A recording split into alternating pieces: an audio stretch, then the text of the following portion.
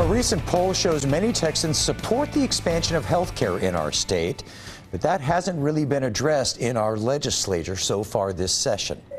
Here to talk about this is Brian Phillips with Texas Public Policy and State Representative Aaron Sweener. You know, the latest UT Texas Tribune poll looks at Medicaid expansion in Texas.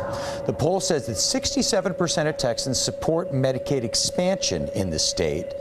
Why, with overwhelming support for expansion of Medicaid, have lawmakers and Governor Abbott ignored this idea? Brian, can you come up with an explanation? Sure. I mean, that's because Medicaid expansion comes with a lot of problems. So the first and foremost is that Medicaid is actually a poorly performing program for the people who are already on it. There's over 660,000 people in Texas alone who are eligible for Medicaid who don't take the service because they have long wait lines. Some people are waiting weeks, maybe months to get service. They don't have access to the treatments and the doctors and the services they want. And even if they finally get through the long wait lines, they're lucky to even see a doctor because a lot of doctors are actually leaving the program or no longer accepting Medicaid patients right now. And so this idea that we're going to take 1 or 2 million more people and put it on a poorly performing program is about like adding people to the Titanic as it's half underwater. It's just insane. Aaron, how do Democratic lawmakers persuade Republican lawmakers to get on board with expanding Medicare? Yeah, I'm not surprised that Medicaid expansion is overwhelmingly popular because it is fundamentally about making sure every Texan has access to affordable health care. And what we see in this polling is Texans standing up for and asking for that. But it's also good for our bottom line. Expanding access to Medicaid gives our budget $2 billion more of surplus, assuming that another 500,000 people sign up for the program. More people sign up, we get more dollars. And that's just bringing our federal tax dollars back home to Texas instead of letting other states use them.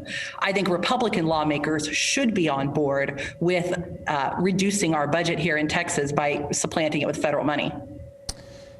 You know, looking at the demographics of this poll, 90% of Democrats support the expansion, so do 50% of Republicans.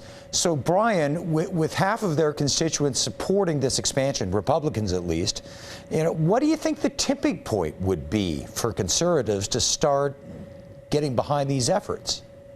Well, first of all, we have to fix the current program. Everybody wants to help out the uninsured, but it's important to understand who the uninsured are. The vast majority of people who don't have insurance are actually people who are eligible for no-cost or low-cost insurance, but they don't take it because the deductibles are too high or because they don't provide the right number of services. So we have a lot of fixing of our healthcare system that we need to do before we decide to take these federal dollars. Not a single one of those federal dollars is going to actually fix the program. It's just going to exacerbate all the problems with this poorly performing program.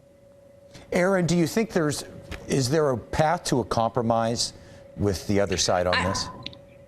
I absolutely think there's a path forward, mostly because the constituents of myself and my colleagues are all asking for this. In fact, several of my colleagues campaigned on this issue last cycle and yet still voted against it on the floor. It's really unfortunate, but I'm hopeful that we can stand up and do what's right for Texans and focus on things that help their well-being instead of the culture war issues we've seen Texas Republicans obsessed with.